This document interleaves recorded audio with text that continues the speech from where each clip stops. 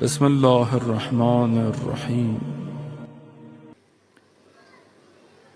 اب ان ممالک میں ایل جی بی ٹی اور مختلف مسائل سے دن بدن آپ کا معاشرہ شکار ہوگا۔ محبت غلط تو سکون کس سے مل رہا ہے؟ غلط بندے سے۔ کسی کو کتے سے محبت ہو گئی، اسی سے سکون ملے گا۔ کسی کو بلی سے محبت ہو گئی، اسی سے سکون ملے گا۔ مرد کو مرد سے محبت ہو گئی، عورت کو عورت سے محبت ہو گئی، جانور سے محبت ہو گئی، پتھر سے محبت ہو گئی، اسی سے اس کو سکون ملے گا، پھر نہیں ملے گا کسی اور چیز سے سکون۔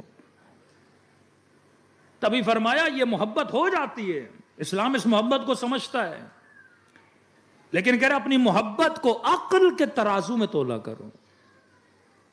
کیا تمہاری عقل اس محبت کی اجازت دیتی ہے کہ نہیں؟ کیا سائنس، کیا تمہارا جسم، کیا انسانی نیچر، کیا نظام فطرت اس محبت کی اجازت دیتا ہے کہ نہیں؟ کہ جتنے رشتے خدا نے حلال و حرام کے بنا اس کا ریزن ہے۔ کسی نے امام سے پوچھا کہ مولا اگر کوئی باپ کسی عورت سے نکاح کرے اور اس کے بعد طلاق دے، کیا بیٹا اس سے شادی کر سکتا ہے؟ مولا نے فرمایا حرام ہے۔ اسلام کے آنے سے پہلے دوران جاہلیت میں یہ نکاح جائز تھا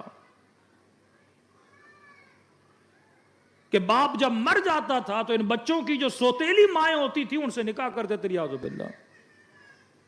پھر ریزن بتایا خدا نے قرآن میں، خدا نے کیوں حرام کیا؟ فرمایا کیوں کہ اگر بیٹا اپنی سوتیلی ماں سے نکاح کرے گا، اس کے دل میں اپنے باپ کی نفرت پیدا ہو جائے گی، حقد پیدا ہوگا، کیونکہ انسان میں غیرت ہے، یہ شیئرنگ کو برداشت نہیں کرتا۔ کہا اس حقد کی وجہ سے کہ باپ کی نفرت اس کے دل میں نہ آئے، خدا نے نکاح کو کیا کیا ہے؟ حرام قرار دیا ہے۔ ہر چیز جو خدا نے حرام دی ہے وہ انسان کے سکون کو بچانے کے لیے، تمہارے اندر آرام و آرامش، پیس کو پیدا کرنے کے لیے۔ من نخلص اللہ 40 یومن، جس نے 40 دن اللہ کے لیے خالص زندگی گزاری، اللہ کہتا ہے میں حکمت کے چشمے اس کے دل میں جاری کر دیتا ہوں۔ کہ جوان تو صرف 40 دن حلال و حرام کا خیال کر، نگاہ کو حرام سے بچا، کانوں کو حرام سے بچا، زبان سے کوئی حرام جملہ نہ بول، شکم میں کوئی حرام لقمہ نہ جائے، اعضائے نکاح کو حرام سے بچا، صرف 40 دن آزما کے دیکھ، پھر دیکھ تیرے وجود میں کتنا سکون آ جاتا ہے۔ یعنی ایک ایسا سکون آئے گا تو کسی چیز کا محتاج نہیں ہوگا، تو زمین پہ رہتے ہوئے پرواز کرنا سیکھ جائے گا۔ پہلے اپنے وجود کو ان گندگی اور گندگی آلائشوں سے پاک تو کر، پھر دیکھ خدا اس دل کو کتنا نرم بنا دیتا ہے اور باسکون بنا دیتا ہے۔ ہمیں نہیں پتا کہ ہم اتنے قیمتی دل کو کن نجاستوں کے ساتھ بھر رہے ہیں۔ اب یہ محبت دل میں جاتی کیسے ہے؟ اس کے روٹس کیا ہیں؟ قلب محبت کی جگہ، لیکن اس قلب میں اگر کسی کی محبت جاتی ہے تو کس ذریعے سے جاتی ہے؟ فرمایا تو اس کی کھڑکیاں کیا ہیں، ونڈوز کیا ہیں؟ فرمایا آنکھ، کان، زبان، لمس کرنا، یہ محبت۔ آپ نے کسی نرم کپڑے کو ہاتھ لگایا، اس کی نرمی کی محبت آپ کے دل میں چلی گئی۔ آنکھوں سے کسی حسین منظر کو دیکھا، اس کی محبت دل میں چلی گئی۔ کانوں سے کسی حسین آواز کو سنا، اٹریکٹ ہوئے، اس کی محبت آپ کے دل میں چلی گئی۔ زبان سے کسی لذیذ چیز کو چکھا، اس کی محبت آپ کے دل میں چلی گئی۔ اب خدا کہتا ہے یہ کام کرو گے تو محبت جائے گی، ایکشن کر رہی ہے، ایکشن ہے۔ نرم کپڑے کو ہاتھ لگے گا، محبت جائے گی۔ آنکھ حسین پہ پڑے گی، محبت جائے گی۔ کان اچھی آواز سنیں گے، محبت جائے گی۔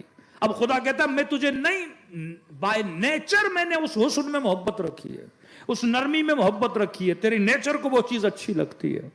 اب میں حدود بنا رہا ہوں، دیکھ اسے جسے پا سکو جو تمہاری اپروچ میں ہو، حلال کے ذریعے سے۔